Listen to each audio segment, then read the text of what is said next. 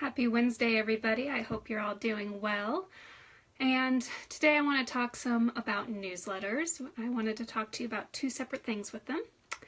Basically, cleaning up or purging your newsletter list. I know that makes some people go, And then the other thing is utilizing some features that your newsletter management company might have that are really huge benefits to you. So first with the purging. I know that you guys work so hard to get those emails and to grow your lists, and the thought of deleting emails makes so many of you just cringe inwardly, like, oh. But tell me, what does it matter if you have a list of 10,000 people if only 5,000 ever open at least one? If you have 5,000 people who don't open at all, you're paying for them and they're doing you nothing. So 10,000 emails, awesome, especially if you have a highly engaged list with a high open rate and you've got people who might not open every email, but they're opening some, then yay. But unless you go through and check the health of your list and know that for sure, then that 10,000 could really be only 4,000, 5,000 of really quality subscribers that you want.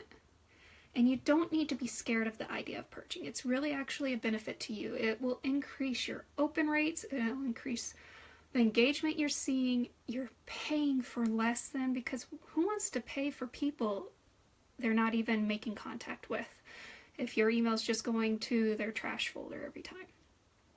So what I like to do is at least once a year, I go through and I segment the list. I look at when they joined. So I'll usually say anybody who joined before this date, and I do it usually 6 months out. And then I add on another condition. Anybody who hasn't opened, and in MailChimp, they kind of have a lot of all or nothings. It can be anybody who hasn't opened all of the last 50 campaigns you sent, or who hasn't opened anything in the last 3 months. I wish they went back 6 months on some of this stuff because it would make it a lot easier. And that's why I try and do anybody who has joined 6 months prior and then who hasn't opened X amount of campaigns. Then I also like to go and make for MailChimp, they track the quality of your subscriber. They star rate them that for their activity and everything. And I always say less than 2 stars. And then I have it populate that segment. But then I don't just delete. I promise you. I don't just delete, and I don't want you to either. I want you to take that segment and send them a re-engagement campaign. Think of a good headline that will grab them. Something along the lines of, I don't want to see you go, And in the email say, hey, I've noticed that you might not be interested in my newsletters, and I get that. I totally get that. I don't want to be a bother. So I am going to go through and let you, put a big unsubscribe button right there. And then maybe even offer them, if you have a free book that you currently didn't offer before, you can offer that again if you want. I'm kind of hesitant to offer more free stuff, since if you've been offering free to get them on the list, it might not be the best thing to just keep giving them free stuff. I believe in lost leaders for getting the signups and nurturing people then afterwards to make them buyers. But if all they ever go for are the freebies, then they might not be who you want. Then I set up an automation. Anybody who did not open that campaign, and technically sometimes I even say if they did, they get a goodbye email. And in this goodbye email, I have, I don't want to be a bother. I don't want to be a pest. Goodbye, you won't hear from me again. I also put, hey, is this an error? How about you resubscribe here? And I'll put the resubscribe button. I'll let them have that choice, because MailChimp doesn't always have people marked down properly. Sometimes they're reading emails in preview and it might not click. Now, it's a small percentage. I don't want you to worry. I think the last time out of 1,300 people the automation went to, we had 43 people click to resubscribe.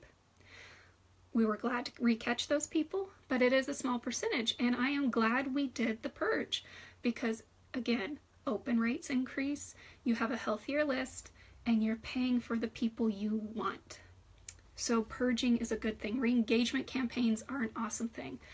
And I don't want you to sit there thinking, but I've paid for working hard to get these people up here to get my 10,000. It's not 10,000 if half aren't opening all the time. And so I really urge you to consider doing these re-engagement campaigns and purges to clean up your list and make the list healthy for you. All right, now enough about that. The last thing I wanted to talk about real quick with newsletters again is some survey features that I know MailChimp offers them. I don't know if other companies do. I am sure there might be others that have this feature. And it's the simple ability to put a poll or a quick survey in your emails. And why I love these is because it's a great way to get your subscribers engaging in something, and it's a great way for you to get data. So on my personal email list, I asked a question about if my subscribers would like me to take the content that I'm putting on my blog and package it, put it into a book form, and add details to it. But you know, I don't want to spend the time doing that if no one's interested. So why not do a survey? People are more likely to respond to just clicking yes or clicking no than replying to my email saying, yeah, I'm interested. Because I speak introvert, and I know I'll happily click a link. I won't necessarily respond. And so I did that with not my last one, but with one of my last emails. And I was happy because, you know, I had some people say, no, I'm fine reading the blog, don't even worry about that. And other people clicked, yes, I would highly be interested. In fact, 85% of the people who responded said, we want you to compile it. And you can do the same thing. I had one client, we jokingly put in, you know, hey, are there any guys here, you know, romance writing? We figure not most of our target audience is women. We're going to have mainly women subscribers. And we got quite a few going, I'm a guy. And it was shocking because we hadn't expected that. And had we not put that survey in the newsletter, we wouldn't have known. And this is data you can be randomly collecting when you just want to know something. Are you guys interested in me writing a book about this character? Would you want to read about this? You know, would you like to see this for a promotion? You know, you can collect data directly from your readers really quickly to give you an idea on where you should focus your effort. And I love that ability to do that.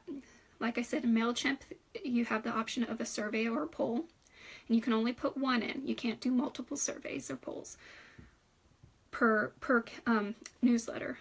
But it's a really great feature, and I hope that you guys will look into trying them out yourself so that you can start collecting data back from your readers and perfecting how you're going to market things and where you're going to focus your energy.